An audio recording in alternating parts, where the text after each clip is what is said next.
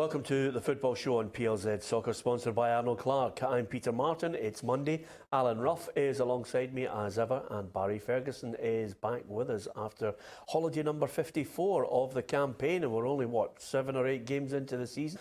But that's the way he rolls these days. Great to have him back with us, and we're going to get into some of the news that's emerged today.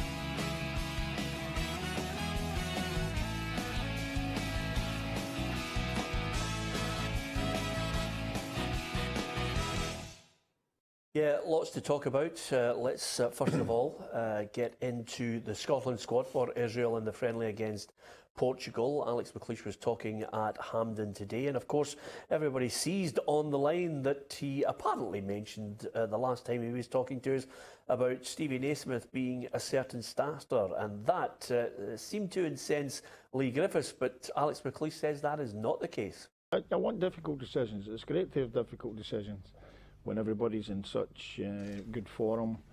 Then, obviously Naismith getting a goal in the last game. I think somebody said that he was guaranteed to play in the next game. That's not the case. As I said, prove yourself every week, guys. And Naismith is still in good form. Griffiths is in good form. Augurs well. McBurney's come back into the squad. And it's time, as I said, for him to try and get off the mark as well. OK, so that clears matters up. Lee Griffiths, if he's playing well, he's got a chance to start the game. Naismith is equally playing well. Yep. Maybe he's in the box seat though, Barry. Yeah, certainly Nazy's kept his form up for scoring the 2 goals in the Scotland game against Albania. His form's been really good, but Lee Griffiths has come back into the starting lineup as well. So for me, I thought Stephen Naismith in the last game, along with Johnny Russell, don't forget, I thought he was really good in the game as well. But for me, I think Stephen Naismith will just edge it. Yeah, Ruffy, have a look at the squad, see what you make of it. Yeah, I don't think there's much from the previous game. Obviously, Scott McKenna's back in there, and that'll be interesting to see what kind of formation he goes at the back. Well, we're all talking about Kieran Tierney playing in a back three, but obviously with Scott coming back in there, left-sided centre-half. Ryan Fraser obviously fell out of the squad the last time, and everybody's raving about him down in Bournemouth. So it's good for Alec to have these sort of problems to pick from. And obviously McGinn, Aston Villa scored a good goal last week. But no, it's a pretty young side, but it's very experienced. It's just when we're looking at with Barry there, the problem for me is looking at the other column, it's goals. We don't have a lot of prolific goal scorers, even for midfield. We've obviously got Griffiths in there and we've got Naismith. Apart from that, I always think if your strikers aren't scoring, you need your midfield to be at least there or thereabouts and scoring goals. And the group that we've got haven't really established themselves yet at that stage. OK, you can give us your view on the Scotland squad at PLZ Soccer on Twitter, Facebook, as well as the YouTube channel that you're watching the programme on. We'd love to hear from you. Give us your comments. OK, from the Scotland squad announced today, let's look back over the Premiership. Here are the results from the weekend. We will be giving you our scores on the head-to-head as well. It looks as if we're neck and neck because this Premiership is producing some amazing results. As you can see there, that's the results from the weekend. Here's how it all transpired over Saturday and Sunday. One back flick from Scott Sinclair was enough to secure all 3 points for Celtic in their clash with Aberdeen. The Celtic fans were hoping for a penalty kick award after a rash challenge from Scott McKenna on Odsonne Edouard, but the referee waved away the claims. Brendan Rodgers happy to take all 3 points in this mid-table clash on Saturday afternoon. Dundee's first win in the Premiership came courtesy of a 2-0 win at Hamilton Accies. Neil McCann's job very much on the line, and this was a welcome 3 points. Andy Boyle scored the opening goal for the Dark Blues, and Karl Madianga wrapped it up in injury time to get all 3 points heading back to Dens Park. It finished Hamilton 0, Dundee 2. Hearts maintained their 5-point advantage at the top of the Premiership with a 2-1 win at home against St Johnstone. Peter Haring gave the Jambos the lead with a looping header. The second was scored by Jimmy Dunn, his first in Scottish football and his first for Hearts. Ross Callaghan, the former Jambo, pulled one back for St Johnstone, but it proved only to be a consolation as Craig Levine's men continue their impressive form at Tynecastle. Kilmarnock move up to third in the Premiership with a convincing 3-1 win over Motherwell at Rugby Park. Motherwell took the lead through Curtis Main. He could have added a second goal for the visitors, but he missed from the penalty spot, Jamie McDonald producing the save. Chris Burke got the equaliser for Killie in 39 minutes. Greg Stewart produced a wonderful moment of magic to put Killie in front by 2-1 just before half-time. And Eamon Brophy stepped up from the penalty spot to put the icing on the cake and secure all 3 points for Steve Clarke's men. Hibernian now sit just 5 points behind their great rivals Hearts at the top of the Premiership after a 1-0 win away to St Mirren. David Gray is well used to scoring headers for Hibs from close range, and from the corner he dispatched the winner for Neil Lennon's men after only 14 minutes of this match. St Mirren had chances in the game but couldn't get the all-important equaliser. Hibs now sitting second in the Premiership. Rangers' poor form on the road continued with a 1-0 defeat at Livingston's Tony Macaroni Arena. Dolly Menga scored the decisive goal in the 34th minute to secure all 3 points for Gary Holt's side. Yeah, that's how it all panned out over the Saturday and the Sunday. So eventually we look towards the Livingston match. Rangers with a chance to get their away form up and running, but it didn't materialise. Dolly Menga scored the winner, Barry. Yeah, that'll be a concern for Steven Gerrard. The away form, they've not won away from home yet in the league. But listen, don't take anything away from Livingston. I know a lot of people are going to look at Rangers weren't great, and they weren't. I thought in the final third they let themselves down with the final ball, crosses into the box, were getting overhit. But I thought Livingston were superb. I thought they defended at the back superbly. I thought Craig Halkett, an ex-Rangers player, I thought he was the best player on the pitch. But for me, it wasn't good enough, and he'll be concerned. I thought his interview after the game was spot on. He wasn't messing about. Livingston deserved it, so fair play to Livingston. Yeah, I mean, Ruffy, I'm going to be blunt about it. Not on this programme, but I think some people have been guilty of hyping up the Rangers side. We've got it in the teeth on social media and on our YouTube channel about being critical of it, but you can only actually say honestly what your eyes tell you. I've spoken to a number of Rangers fans who say they are not the real deal at the moment. They're better organised. Steven Gerrard, as Barry says, conducts himself in an organised manner. He's not getting erratic with a victory or with a defeat.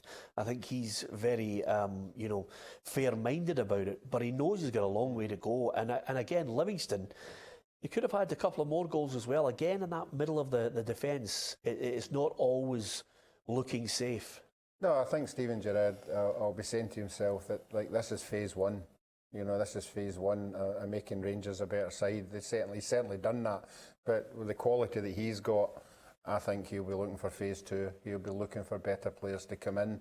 But he's got the players just now. And you have to say, with the results I've had away from home, they've been pretty good. That one caught me by surprise. I thought if they were good enough to go away to European sides, they'd be good enough to go away to Livingston. But again, as Barry said, you can't take anything away from Livingston. They're working all well together. They're all fighting for each other, and they're getting wee breaks here and there. But I'd be interested when Rangers go for that phase two to see what kind of player he's got thinking of bringing in. Well, I don't know what you're talking about with the away form. Domestically, it's poor. They haven't won an away game. They're still waiting for that. So, if anything, I look at it and I say to myself, I still maintain, Barry, he's saying sort out the away form or forget about the title. Yeah. I don't think the title's a realistic hope. I think that progression is go past Aberdeen into second and close the gap on Celtic. I'll be honest, Peter, I've always said that I think a lot of people were getting excited. Myself, I just look at Rangers. They are a better team. There's no doubt in my mind under Steven Gerrard, but it's a work in progress for me just now. There's a lot of players been brought in. They've not really played at clubs that have been under pressure. Now, Rangers were expected to go there and win. You can go on about excuses about the pitch and all that. I'm not having that. You've got to go and keep in touch with Hearts. Forget about Celtic and Aberdeen just now. His Hearts are at the form team, so you've got to go to places like Livingston and grind results out, and that's what disappointed Stephen Gerrard. And I loved, as I'll go back to it, I thought his interview, he's straightforward, he's not messing about, it's not acceptable. And he called out the final third. For me, it was spot on. There was some good passages of play, but I thought in the final third it wasn't good enough. Okay, Celtic were playing on the Saturday against Aberdeen. This would normally be a top-of-the-table clash. It was mid-table for their encounter at Celtic Park. It was a little moment of genius from Scott Sinclair that decided the match. Could have been a penalty, possibly a free kick, possibly a red card, in quite a lot of people's eyes who were at Celtic Park. How Bobby Madden didn't send off Scott McKenna for the challenge, well, that's open to debate. But Brendan Rodgers didn't actually think it was a penalty. My own feeling, I didn't think it was a penalty, but I definitely think it was a free kick. I think it was if you're talking about reckless challenge, then, whenever young Scott jumps 2 foot off the floor like that and takes the striker as high as he has, then I think the very minimum, it was a free kick. I didn't think it was a penalty, it was just outside of the line. But of course it gave Hodgson a dead leg, of which he couldn't carry on. So, but it was certainly a free kick. He certainly thought it was a free kick. I thought it was a red card. So we're all going to disagree on this right away. And I cannot wait to hear you two try and justify somebody who's tackled from the waist upwards and it's not a red card. Fire away, Ruffy. Yep, I thought he went for the ball, first of all. I don't think he had his eye. Yeah, he missed it. He missed it, Ruffy. No, I thought he got it. The clips I saw, I thought Edouard ran into the tackle rather than him, tackling him. I think he's got his eye on the ball and he's went for the ball. It is high, but I don't think it's a high challenge on the player. I think it's just a high.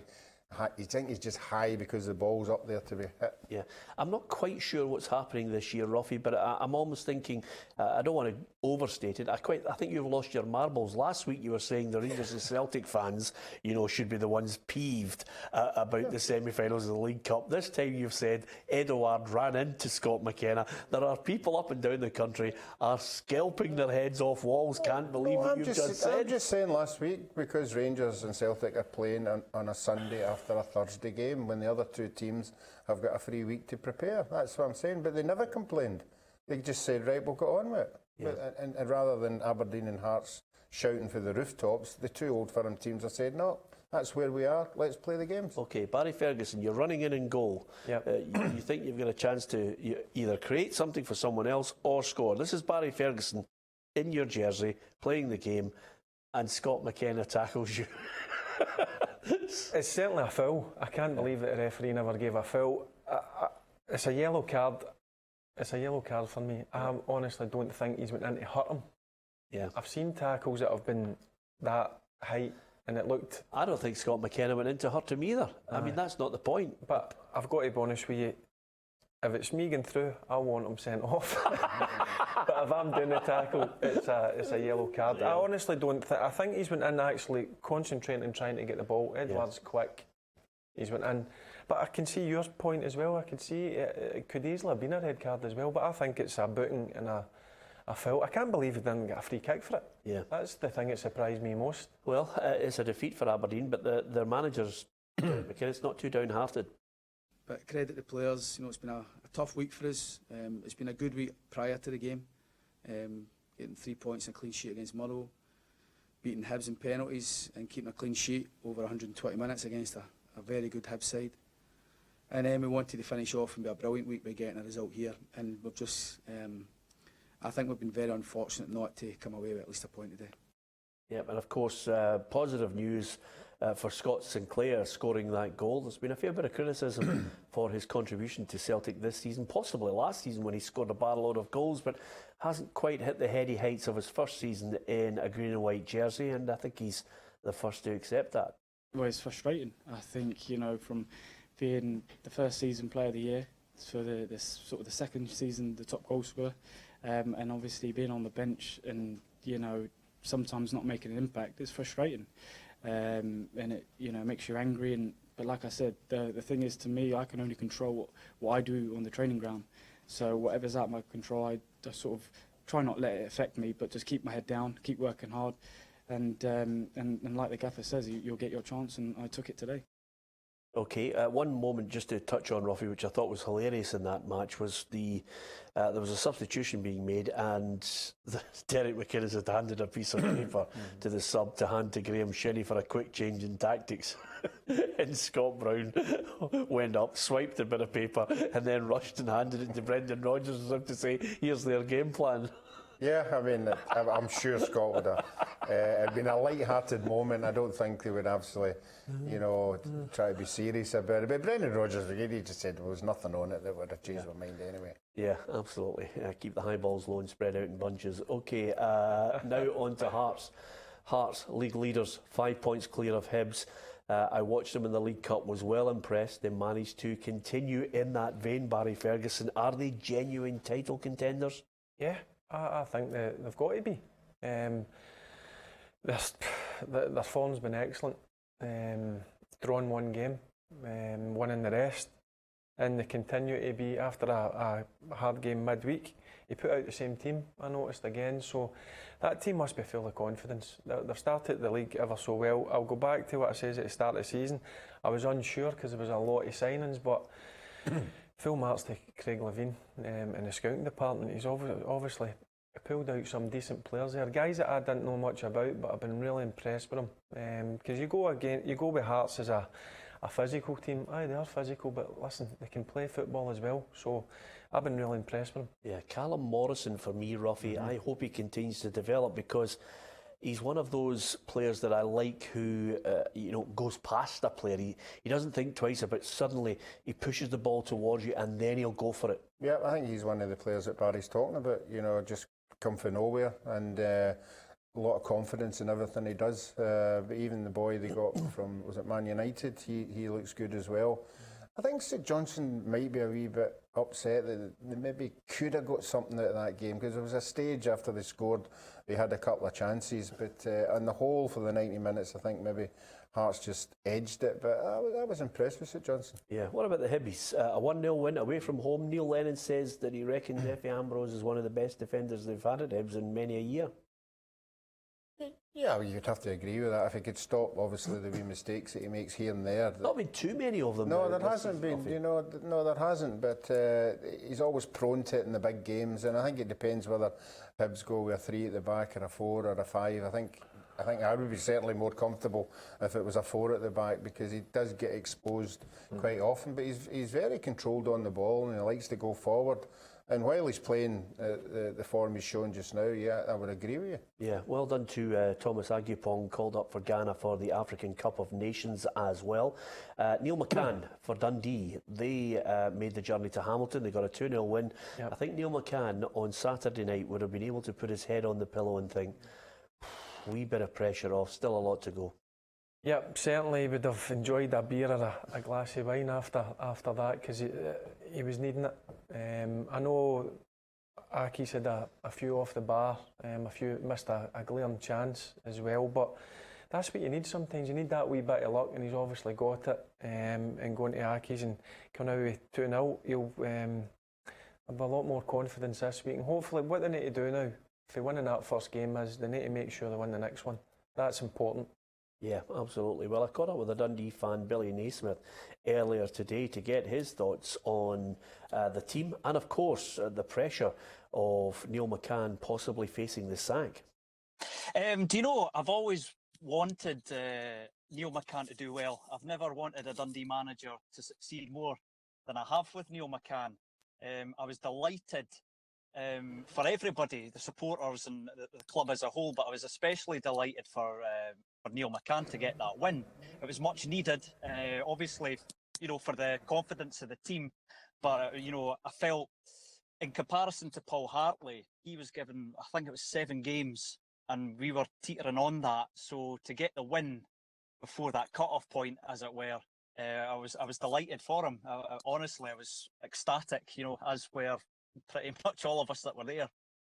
So let's try and gauge the way ahead then. Do you believe that he should be on a game-by-game basis, or do you think the board should be saying to him, OK, you've got 1 win, now let's look at this maybe at the end of a quarter?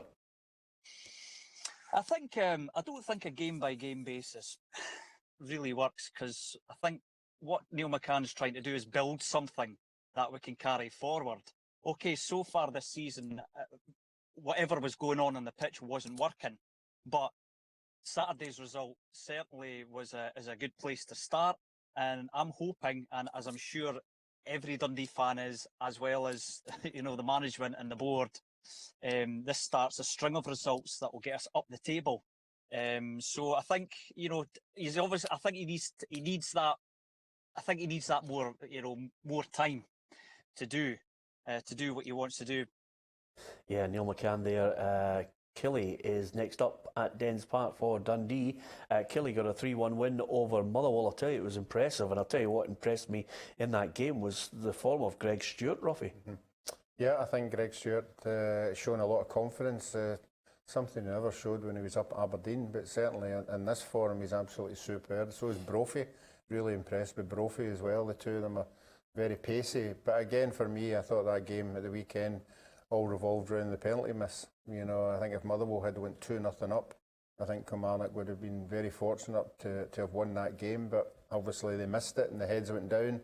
And after that, Kilmarnock were the better side and scored good goals. Yeah, just before we finish, a couple of points, a couple of big games coming up in the Europa League as well for Rangers and Celtic. It's Red Bull Salzburg with a 5:55 kick-off on Thursday, and then Rangers against Rapid Vienna. I think this week coming, these games, I think will be a real test in match day 2. Yep, certainly for Rangers after a bad performance and a bad defeat against Livingston. Stephen Gerrard will want a reaction, and the players he says he's got a healthy squad now. So guys that are in that starting 11 need to start producing week in, week out to stay in that, and if they don't produce, they won't be in it. So I think they've got to go out and get a result. Yeah, okay. Julie Fleeting will be inducted into the Scottish Football Hall of Fame, and not before time, Ruffy, I should say. Her impressive international record, 116 international goals and 121 caps, and equally, she was a goal scorer at club level as well, over 300 goals to her career. She's just been phenomenal. Yeah, she's one of the girls that we've been talking about, where they put women's football on the map. I think she was instrumental in the early days, sort of a figurehead in the women's football. Obviously, to get that number of caps and goals, it just shows you, where the women's game has came, and quite rightly, she's in the Hall of Fame. Yeah, well done to Julie Fleeting from everyone here on the Football Show. Last point, Champions League football returns tomorrow night. Who goes first? Mourinho or Pogba? It's Man United against Valencia, but boy, United have had a hell of a week. Yeah, for me, if you look at Man United, I watched their game against West Ham. For me, Pogba's still Manchester United's best player. Yeah. So do you get rid of your best player? Yeah, you do, because he's ranked rotten at the moment. I like him. I think he's a good player. There's something no right at that club. Yeah, Pogba. No, not just Pogba. I mean, defensively they're all over the place. I mean, you look at that back four that started against West Ham. Yeah, that's not a Man United back four for me. Yeah, I agree with Barry. There's something wrong, but Pogba's not been value for money, Ruffy. No, not for me. If you're going to spend that kind of money, you're looking for somebody who's going to be a bit special. He's only done it in bits, and for me, it's the defence. If you can spend that much money in midfielders, spend it in a defender. Yeah, absolutely. Yep. Well, that sums it up for this show. There's many a footballer that we like, but they've been ranked rotten. Thanks to Ruffy and Barry Ferguson for their contribution here today, and hopefully you can join us tomorrow on the programme. Don't forget to subscribe to our YouTube channel as well, and look out for our cracking competition coming up this week. You could own your very own Xbox with PES 2018. Details coming up very shortly this week.